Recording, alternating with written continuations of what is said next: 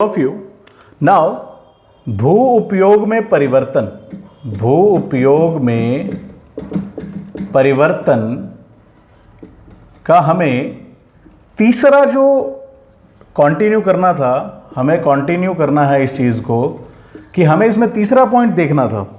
देखो तीसरा पॉइंट क्या है कि पहले दो पॉइंटों में आपने देख लिया था परिवर्तन के कारण क्या क्या थे। पहला था अर्थव्यवस्था का आकार, अर्थव्यवस्था का आकार, और अगला था अर्थव्यवस्था की संरचना, अर्थव्यवस्था की संरचना। और तीसरा पॉइंट बड़ा सेंसिटिव पॉइंट है, वो क्या है? दबाव। वो क्या है? भूमि पर दबाव, भूमि पर दबाव। पहले दो पॉइंट हम पिछली वीडियोस में कर चुके, नाउ तीसरा पॉइंट करेंगे। देखिए किस तरीके से आप उसको लिखोगे। कृषि कार्यों का, कृषि कार्यों का अर्थव्यवस्था में, अर्थव्यवस्था में योगदान, योगदान कम हो गया, योगदान कम हो गया, परंतु भूमि पर, भूमि पर कृषि कार्यों का दबाव, कृषि कार्यों का दबाव बढ़ गया। यह बात याद रखो, पिछले कुछ दशकों में कृषि कार्य का अर्थव्यवस्था में योगदान कम होता गया। देखो एक बात होती है, हमें मालूम है जीडीपी के अंदर मैक्सिमम ग्रॉस डोमेस्टिक प्रोडक्ट अगर आप देखोगे तो उसमें जो सारा फैक्टर है वो कृषि का है। मतलब लगभग 50% हमारी जीडीपी जो है वो कृषि पर डिपेंड करती है। लेकिन जैसे जैसे चीज़ें बढ़ रही थी वैसे वैसे क्या हुआ, इस कृषि का जीडीपी में जो अनुपात था वो कम हो गया।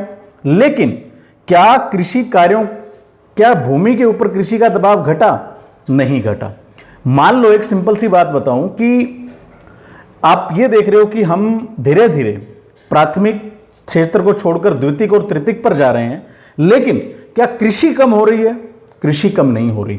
अगर आप देखोगे कि कहीं बस ऐसी है कि कहानी किसी भूमि को गैर कृषि कार्य युक्त में बदल दिया जाता है, लेकिन फिर भी जो कृषि कार्यों का दबाव है वो बढ़ गया। उसका कारण है कृषि कार्यों का दबाव बढ़ने का कारण, कृषि कार्यों का दबाव,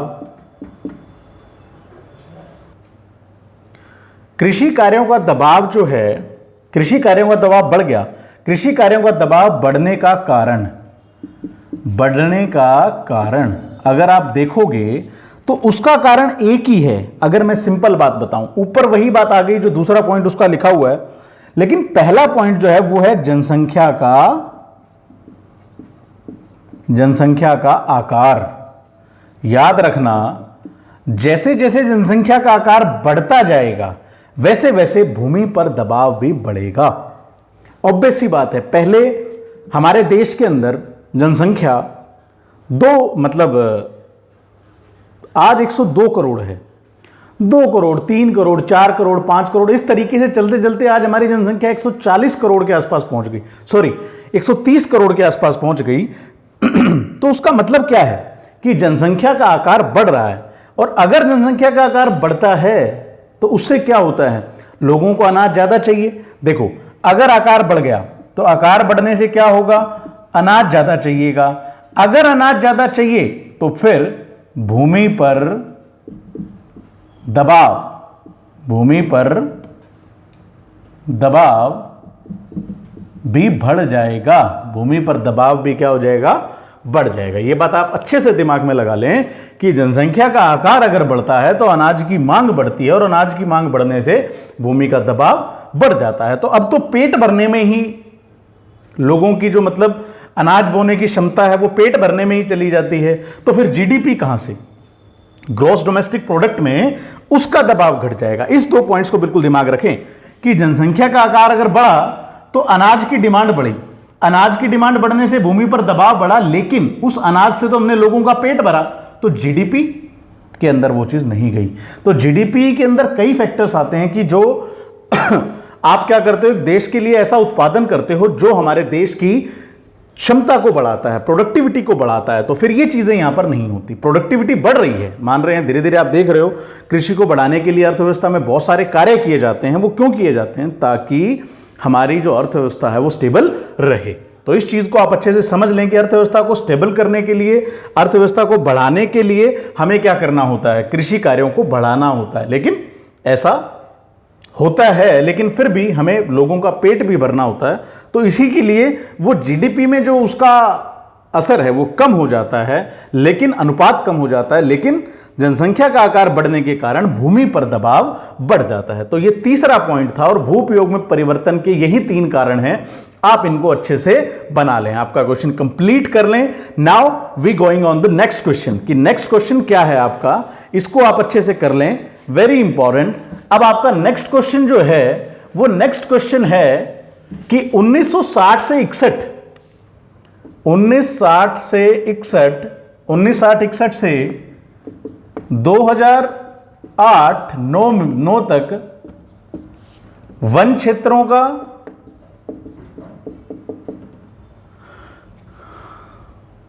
वन क्षेत्रों में या वन क्षेत्रों का वन क्षेत्र के बाद आप लिखोगे निवल बोया गया क्षेत्र, निवल बोया गया क्षेत्र, और आगे लिखोगे गैर कृषि युक्त कार्य, गैर कृषि युक्त कार्य भूमि, और निवल बोया गया क्षेत्र, गैर कृषि युक्त कार्य भूमि, वन क्षेत्र, और उसके बाद आप लिखोगे वर्तमान प्रतिभूमि, वर्तमान प्रतिभूमि में वृद्धि के क्या कारण हैं। बड़ा इंपॉर्टेंट ये क्वेश्चन है, मैं इसको सिर्फ समझा देता हूं, आप इसको राइट कर लेंगे खुद से। कि अगला क्वेश्चन यही बनेगा कि 1960 से 61 अगर आप देखोगे अपनी एनसीईआरटी में, तो आपको पता चलेगा कि वन क्षेत्र ये सभी क्या हैं? संवर्ग हैं। तो वन क्षेत्र, निवल बोया गया क्षेत्र, गैर कृषि युक्त कार्य भूमि और वर्तमान प्रतिभूमि। अगर आप पिछली वीडियोस नहीं देखते तो आपको ये वीडियो डायरेक्ट समझ में नहीं आने वाली कि मैं क्या बातें बोल रहा हूं। तो आप पिछली वीडियो इन सबको जान लें कि क्या है, उसके बाद दिक्कत नहीं आती। फिर भी मैं रिवाइज कर देता हूं। वन क्षेत्र जो होता है वो 2 तरह का है, वर्गीकृत और वास्तविक। निवल बोया गया क्षेत्र जो अगर आप देखते हो तो जहां पे फसलें बोई और काटी जाती हैं, शुद्ध बोया गया क्षेत्र। गैर कृषि युक्त कार्य भूमि देखोगे तो वो भूमि जिसके ऊपर द्वितीयक और तृतीयक क्रियाएं की जाती हैं, भूमि पर मतलब मकान बना दिए जाते हैं, वो सभी है गैर कृषि युक्त भूमि। और वर्तमान प्रतिभूमि अगर आप देखोगे तो वर्तमान प्रतिभूमि में क्या आता है? जो पिछले 1 साल से खाली पड़ी है, उसे क्या बोला जाता है? वर्तमान प्रतिभूमि। अब सबसे पहले हम करते हैं, इसी के अंदर सबसे पहला डालते हैं भाई वन क्षेत्र। अब वन क्षेत्र में क्या है? बड़ा सिंपल सा एनसीईआरटी में दिया हुआ है, देखो उसमें सीमांकन मतलब है, लेकिन हम कहेंगे कि वन क्षेत्र में 2 क्षेत्र आते हैं। कितने क्षेत्र आते हैं भाई? 2 क्षेत्र आते हैं। एक कौन सा आता है? वर्गीकृत, और एक आता है वास्तविक। वन क्षेत्र जो था वो 2 क्षेत्रों में बटा हुआ है। मैं पहले बता दूं आपको, वर्गीकृत क्षेत्र और वास्तविक क्षेत्र। वर्गीकृत क्षेत्र क्या होता है? जिसमें यह मान लिया जाता है कि भैया यहां पर पक्का कभी ना कभी वन हो सकते हैं, तो उस क्षेत्र में इजाफा होता है। वर्गीकृत क्षेत्र में इजाफा या वृद्धि के कारण ही, वर्गीकृत क्षेत्र में वृद्धि के कारण, वास्तविक क्षेत्र में कोई वृद्धि नहीं हुई, लेकिन वर्गीकृत क्षेत्र में वृद्धि के कारण ही वन क्षेत्र में क्या होती है? वृद्धि होती है। इस चीज को आप अच्छे से जान लें। तो ये पहला पॉइंट था, बड़ा सिंपल सा, कि मैं बताऊं कि इसमें आपका क्या था? वन क्षेत्र। वन क्षेत्र का बढ़ने का कारण या वृद्धि होने का कारण क्या है? वर्गीकृत क्षेत्र में वृद्धि होना। इससे क्या हुआ? 1960-61 से लेके 2008-9 तक वनों का जो क्षेत्र था वो हमारे देश में बढ़ गया। तो पहला पॉइंट कंप्लीट करो कि किस लिए बढ़ा। उसके बाद आ जाओ आप दूसरे पॉइंट पर। उसके बाद आपको मैं दूसरा पॉइंट समझाऊं। दूसरा पॉइंट क्या है? दूसरा पॉइंट हम लेके चलते हैं, गैर कृषि युक्त कार्य भूमि। ये बहुत इंपॉर्टेंट है। गैर कृषि युक्त या गैर कृषि युक्त कार्य या गैर कृषि कार्य युक्त भूमि।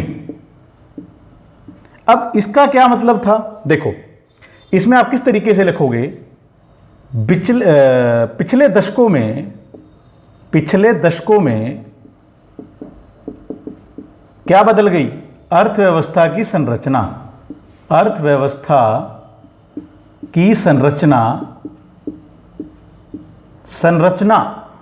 में बदलाव आ गया।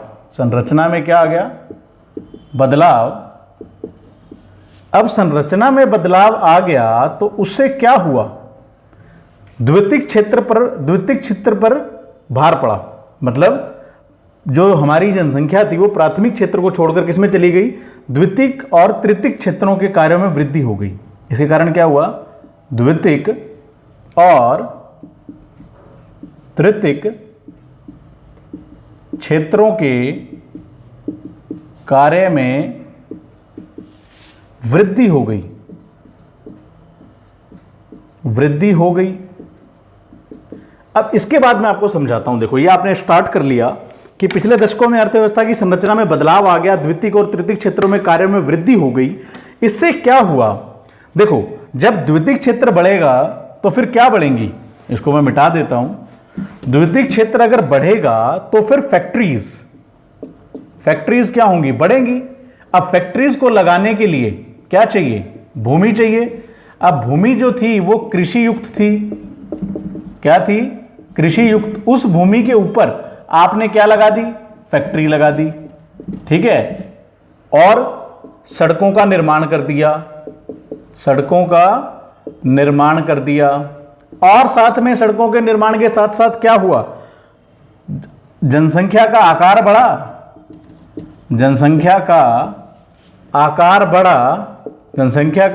बढ़ा तो घरों की संख्या बढ़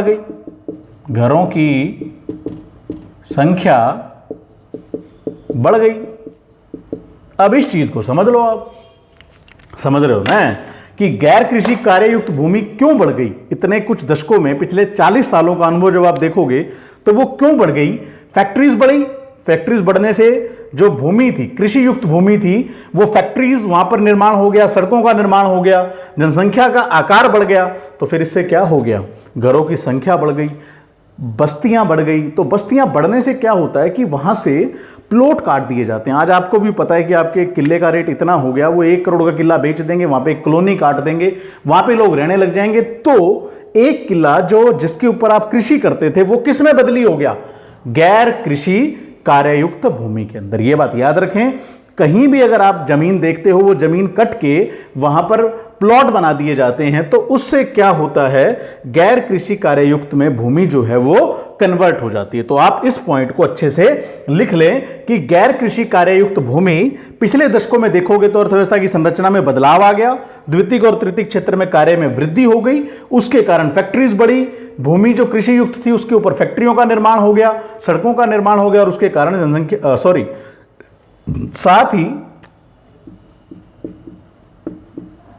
साथ ही जनसंख्या का आकार बढ़ा तो घरों की संख्या बढ़ गई, और उससे गैर कृषि कार्ययुक्त जो भूमि थी उसमें भी वृद्धि हो गई। तो आई होप ये पॉइंट बड़ी आसानी से आपको समझ में आ गया होगा। इसको अच्छे से बना लें। उसके बाद तीसरा पॉइंट जो आपका है वो भी बड़ा इंपॉर्टेंट है। तीसरा पॉइंट भी मोस्ट इंपॉर्टेंट है। जो तीसरा पॉइंट है वो क्या है? निवल बोया गया क्षेत्र या वर्तमान प्रतिभूमि। वर्तमान प्रतिभूमि। अगर आप वर्तमान प्रतिभूमि देखोगे तो मैं बड़ी एक आसानी से आपको बात बता दूं कि हमारे देश में वर्तमान प्रतिभूमि क्या होती है? जो 1 साल से खाली पड़ी है। इसके अंदर 2 कारण हैं, वृद्धि के 2 कारण हैं, और वो 2 कारण क्या हैं? पहला, वर्षा की अनियमितता, वर्षा की अनियमितता, की वर्षा अनिवन होती है। अनियमितता को बोला जाता है अनइवन, मतलब वर्षा कभी ज्यादा होती है तो कभी कम होती है। ठीक है। दूसरा फसल चक्र, दूसरा क्या होता है भाई, फसल चक्र। आप कई बार फसल को बदली करने के लिए 6 महीने के लिए भूमि खाली छोड़ देते हो और उसके बाद फिर फसल बोते हो। मान लो सिंपल सी बात थी, आपने गेहूं बोई, ठीक है भाई, गेहूं बोने के बाद सूखा पड़ गया और धान हो गए खत्म। अब धान हुए नहीं तो 6 महीने के लिए वो भूमि क्या हो गई, खाली मान ली जाएगी।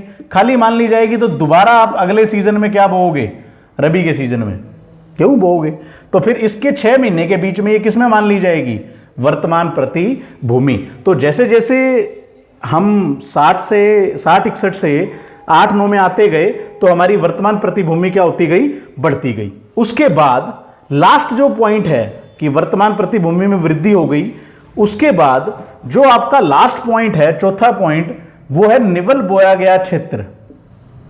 निवल बोया गया क्षेत्र, इसमें क्या था भाई, जो कृषि युक्त व्यर्थ भूमि थी, इसमें वृद्धि का कारण था जो कृषि